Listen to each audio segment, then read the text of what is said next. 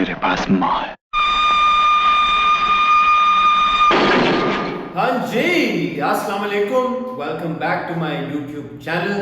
बहुत दिन हो गए आप लोगों से गपशप नहीं हुई। एक्चुअली दो वजूहत हैं उसकी। एक तो ये कि ऑनेस्टली मेरे दिमाग में ऐसा कोई मज़े का कंटेंट नहीं आ रहा था कि मुझे लगा कि मैं वो आपके साथ शेयर करूं। दूसरा, जो सच्ची बात है, कुछ मसरूफियत भी ऐसी थी कि मुझे लगा कि इस हबड़ दबड़ में एमी को वीडियो बना के अगर आपके साथ शेयर कर दी तो आपको भी शायद मज़ा ना आए। But now I am back and I am back with episode 2 of weekend watch. इससे पहले कि हम वीकेंड वॉच के बारे में बात शुरू करें, I really want to thank all of you, क्योंकि मुझे लगा नहीं था कि इतनी जल्दी और इतनी कम वीडियोस के बावजूद आप लोगों को मेरे यूट्यूब चैनल में इंटरेस्ट शुरू हो जाएगा। क्योंकि मुझे बहुत सारे लोगों ने डीएम्स किए, मैसेजेस आए कि यार के वाई आरंट यू ब्लॉगिंग, क्या हुआ है, ब्लॉगिंग छोड़ तो नहीं दी? तो नहीं, मैंने छोड़ी नहीं है। मुझे पता भी नहीं है कि ये ब्लॉग्स हैं भी या क्या है। मैंने जैसे बोला था पहले दिन, it's like my online diary. तो मैंने छोड़ा कुछ भी नहीं है। चैनल मैंने बनाया इसीलिए था कि इसके ऊपर मैं कंटेंट चलाता रहूं। बट अब मुझे लगता है कि जैसे मैंने पिछली वीडियो अपलोड की हानिया के साथ, उसके ऊपर अल्हम्दुलिल्लाह बड़ा ज़बरदस्त फीडबैक आया, मज़ा भी बहुत आया, मुझे खुद भी बड़ा मज़ा आया वो शूट करके। तो मुझे लगा कि बेहतर है कि उस तरह का कंटेंट क्रिएट करूं। आप में से बहुत से चीते चीतियाँ हैं जिनको ऑलरेडी ये इन्फॉर्मेशन पता चल चुकी है कि मैं एक और अभी रिसेंटली सेट के ऊपर था, सेट विजिट किया मैंने एक बड़े ड्रामे का। मैं नहीं स्पॉइल करूंगा और मैं रिवील करता भी ना, बट उस सेट में जो लोग थे उन्होंने पिक्चर्स लगा दी और मेरी वीडियोस लगा दी, तो मैं उसको डिनाई नहीं कर सकता। आई डू थिंक ये नहीं होना चाहिए था, शायद रोक लेनी चाहिए थी ये इन्फॉर्मेशन, क्योंकि फिर वो लोगों की एक एंटिसिपेशन बढ़ जाती, फिर वो पूछना शुरू कर देते, जैसे अभी लोगों ने पूछना शुरू कर दिया। सो या, तो मेरा आइडिया ये है कि कंटेंट में वो क्रिएट करें जिसको आपको भी देख के मजा आए, बजाय ये कि वो एक ही जगह बैठ के बात करना। आई एम सॉरी, अभी तक ये दीवार का मेरा मसला हल नहीं हो सका, क्योंकि इसके लिए I will only blame my laziness, but I'm working on it. I'm working to fix my laziness. Once inshallah that is fixed, the wall will also be fixed. But meanwhile आपने मुझे अपने comments में ज़रूर बताना है। मशवरे तो आपने दे दिए थे, इस बार अगर हो सके तो मुझे किसी बंदे का नंबर दें जिसको मैं डायरेक्ट कॉल करूं और वो आके मेरी इस दीवार को फिक्स कर दे, क्योंकि अदरवाइज वो जो आपने सारे आइडियाज थे वो मुझे अच्छे आइडियाज थे, बट वो इम्प्लीमेंट करना मुझे थोड़ा सा प्रॉब्लमैटिक लग रहा है। मेरी लेजीनेस के साथ आई थिंक वो इतना कोई शायद वर्केबल ना हो। Coming to episode 2 of weekend watch, आपस की बात है, वैसे जो एपिसोड 1 थी उसके ऊपर आपका कोई खास फीडबैक मुझे आया नहीं है, but I guess that's okay, because शायद अली बाबा और 40 चोर ऐसी कोई फिल्म नहीं है जिसके ऊपर जो शायद आप में से बहुत लोगों ने देखी हो या जिसके ऊपर आपका बड़ा कोई स्ट्रॉन्ग ओपिनियन हो। तो इसीलिए मैंने सोचा आज मैं एक ऐसी फिल्म के बारे में बात करूंगा जो कि I am certain for sure आप लोगों ने देखी होगी, और अगर आपने देखी नहीं होगी, जो कि बड़ी एक अजीब बात होगी, आपने उसके बारे में सुना जरूर होगा। और अगर आपने फिल्म के बारे में नहीं सुना होगा, आपने फिल्म के डायलॉग्स तो 100% गारंटीड सुने ही होंगे।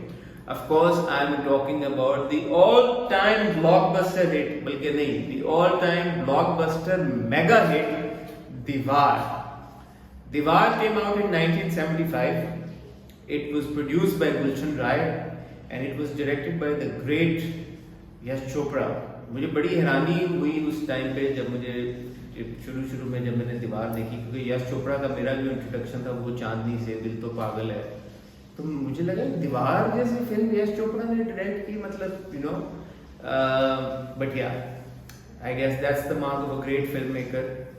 और दीवार की कास्ट में शामिल थे अमिताभ बच्चन, शशि कपूर, निरुपा रॉय साहबा, परवीन बाबी और नीतू सिंह। 1975 में ये फिल्म आई और अब 2022 चल रहा, मैथ में कर लो, 85, 95, 2005, 15, सो ऑलमोस्ट 50 ईयर्स, 50 साल पुरानी ये कहानी है जिसको लिखा सलीम जावेद ने। और बाय द वे, शायद आपको पता हो या शायद आपको ना भी पता हो, तो उन लोगों के लिए जिनको नहीं पता, राइटर्स को वो मुकाम, वो इज्जत, वो पैसे नहीं मिलते थे 1970s में, 60s में, जो कि अब शायद मिलते हो, लेकिन अब भी उस तरह से हम अक्सर ड्रामों में भी बात करते हैं कि राइटर का नाम या रिकग्निशन उस लेवल की नहीं होती, पहले तो और ही बुरी थी।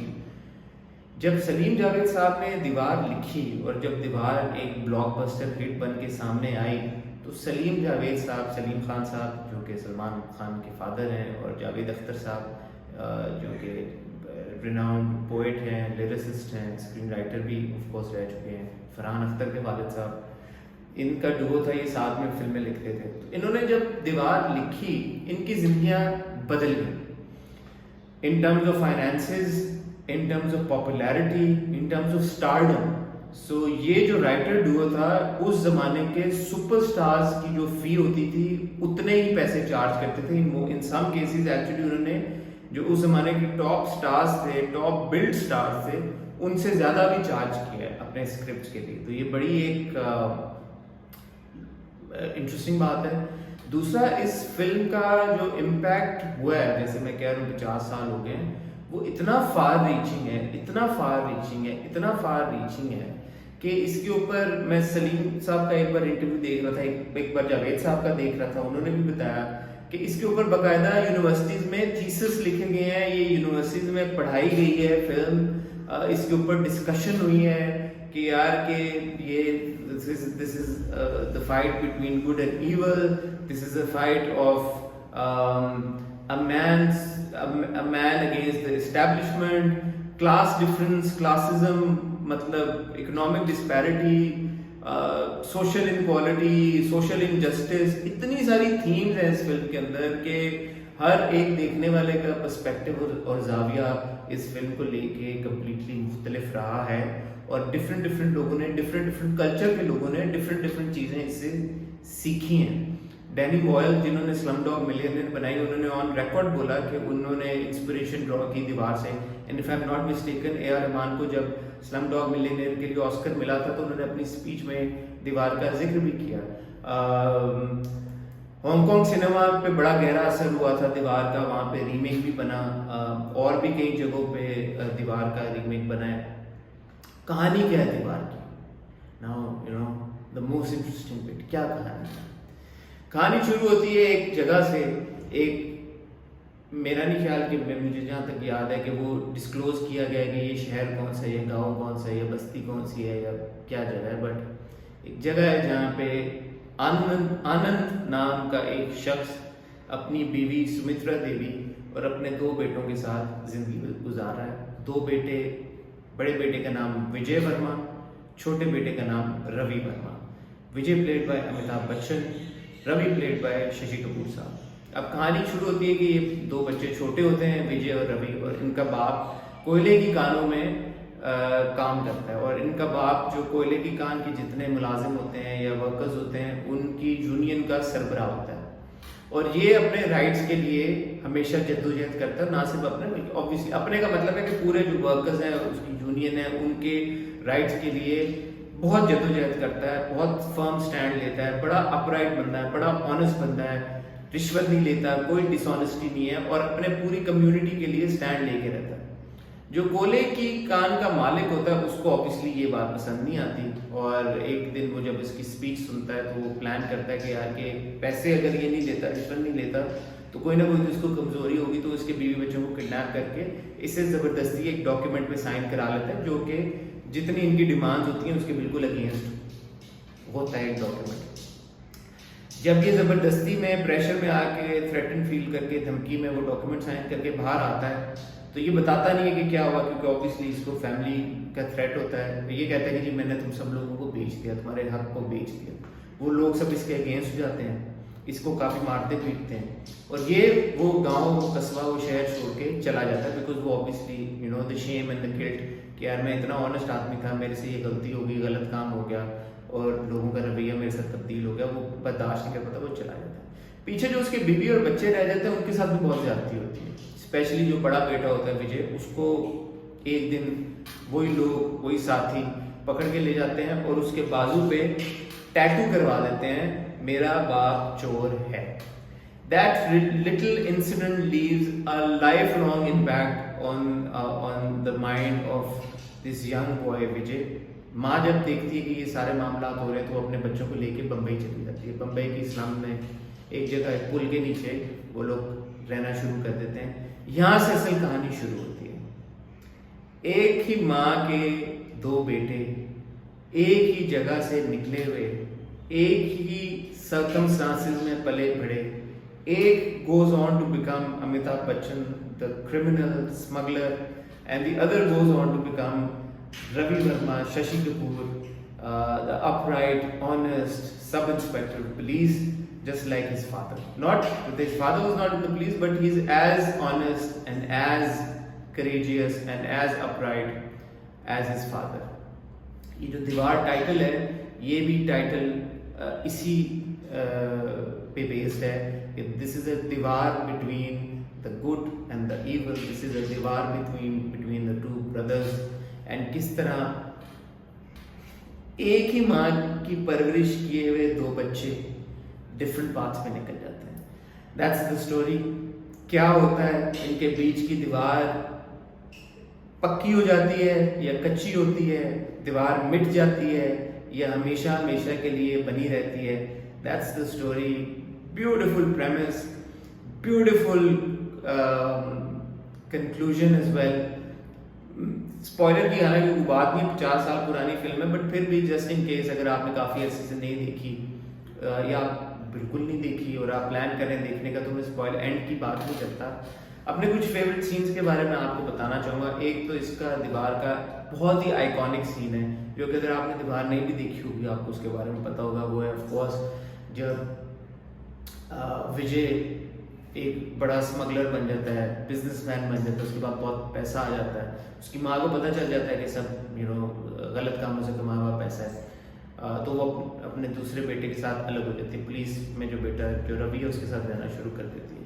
तो एक दिन रवि और विजय उसी पुल के नीचे मिलते हैं जहाँ पे वो पले बड़े हैं, जहाँ पे वो रहते थे जब वो पहली बार बम्बई आए। तो विजय कहता है देखो क्या है तुम्हारे पास, देखो आज क्या है मेरे पास, मेरे पास बिल्डिंग है, बंगला है, बैंक बैलेंस है, गाड़ी है, तुम्हारे पास क्या है?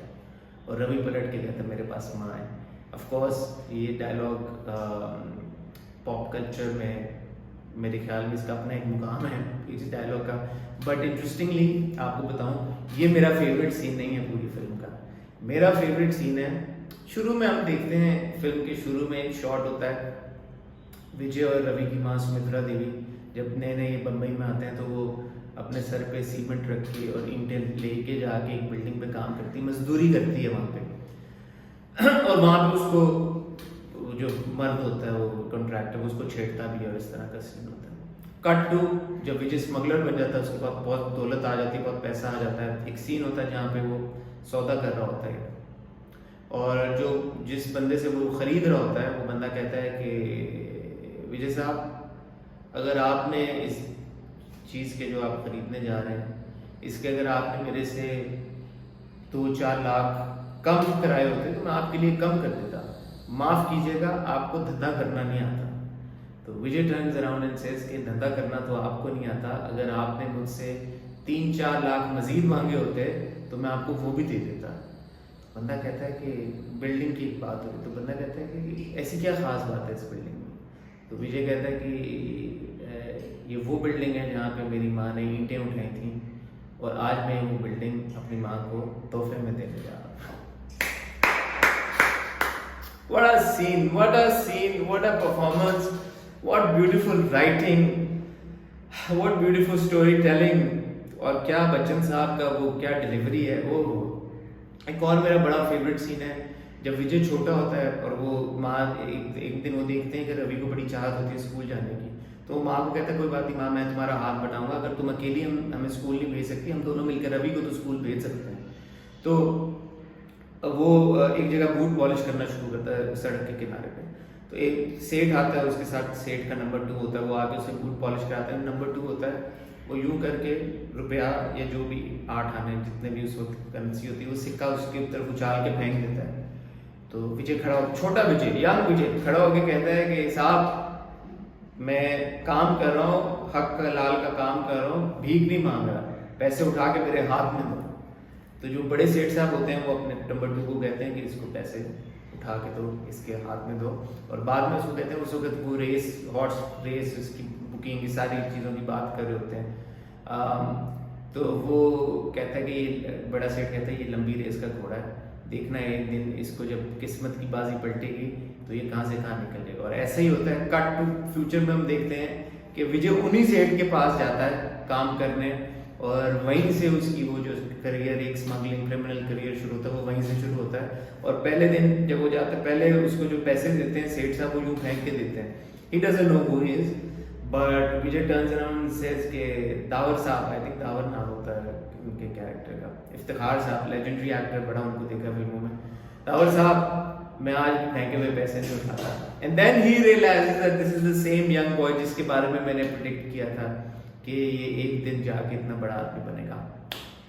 Fantastic story, fantastic premise, fantastic direction, super performances. Nirupa Roy ji ने जो परफॉर्म किया है, oh as the mother, Shashi Kapoor साहब यार, Shashi Kapoor the suave, the debonair, the good looking.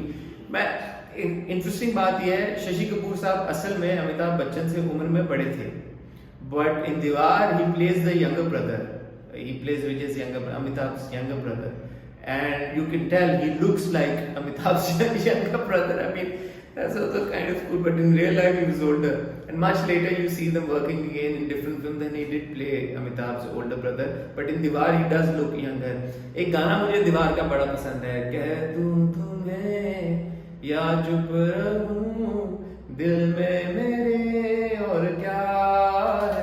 मुझे गाने नहीं गाने चाहिए, लेकिन ये आपने भी सुना होगा, one of my all time favourite old classics, Bollywood classics. तो ये दीवार, ऐसे कह रहा हूँ कि जैसे मतलब है कि 50 साल बाद भी एक फिल्म के बारे में अगर हम बात करें तो आप सोचें, एक लिस्ट बनी थी 1001 फिल्म्स यू मस्ट डाई नहीं, 1001 films you must watch before you die. और ये बड़ी क्रेडिबल लिस्ट थी जिसपे कोई 70 मूवी क्रिटिक्स ने मिलकर काम किया था और हर फिल्म के बारे में एसेज लिखे थे। दीवार is one of 3 Indian films that featured on that list, so you can imagine. इसके अलावा और भी बड़ी लिस्ट हैं फिल्मों की जो होती है ना, 1000 favourite films of all time, 100 favourite films of millennium, ये वो, उस तरह की ऐसी बहुत सारी लिस्ट हैं जिसके ऊपर दीवार का नाम है।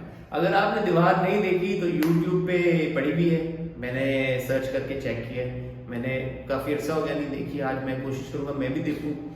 और अगर आपने देखी भी है तो भी no harm in revisiting it today, it's Friday. और अगर आपने नहीं देखी हुई तो मैं आपको अर्ज करूँगा कि बाकी सारी चीज़ें छोड़ के आज आप दीवार देखें, and I am sure you will also love it, and I will wait for your feedback. मुझे आपके कॉमेंट्स का इंतज़ार रहेगा। As always on the end, as an end note, I want to thank you all for your love and for your continued support and for asking कि मेरे vlogs का क्या हुआ, videos का हुआ। Rest assured इंशाल्लाह और भी बहुत सारा content आने वाला है, मतलब I'm working on it, don't worry, मतलब पक्का I can show you कि एक तो है जो चीज़ जो मैंने आपको शुरू में बताई थी, बट और भी 2-3 चीज़ें जिन पे मैं काम कर रहा हूँ जो आप बहुत जल्द देखेंगे। Around 75% of you who are watching have still not subscribed my channel, so I request you all to please subscribe my channel. Hit the bell icon, क्योंकि आपकी सब्सक्राइब करने से और बेल आइकन हिट करने से एक अलग लेवल की मोटिवेशन मिलती है। सो प्लीज ये जरूर करें। और एक मैं आपको इंटरेस्टिंग बात दीवार के बारे में बताना भूल गया, पता नहीं आपको इंटरेस्टिंग लगे ना लगे, मुझे बड़ी इंटरेस्टिंग लगी। Originally Dev Anand and Rajesh Khanna were supposed to do it, but then Dev Anand didn't like the script. Dev Saab didn't like the script, and then I think Rajesh Khanna was supposed to play Vijay. Initially Rajesh Khanna was supposed to play Ravi, and then Rajesh Khanna also decided not to do it, and then Shatrughan Sinha was approached, but Shatrughan Sinha decided not to do it because Rajesh Khanna had rejected it. पुराने ज़माने में, अब भी शायद होता, अब हमें पता नहीं चलता, पर पुराने ज़माने में ये बड़ा होता था ना कि यार उसने रिजेक्ट कर दी तो मैं उसका रिजेक्ट किया हुआ स्क्रिप्ट क्यों करूँ। अब शायद ऐसा ना भी हो। तो yeah, so then finally Shashi Kapoor and Amitabh Bachchan ended up playing brothers, and if you look back and if you've watched the film, I'm sure you'll agree nobody else could have done justice to those characters, to the characters Ravi and Vijay, like Amitabh Bachchan and Shashi Kapoor have. On that note, इजाजत दीजिए, जहाज जाना।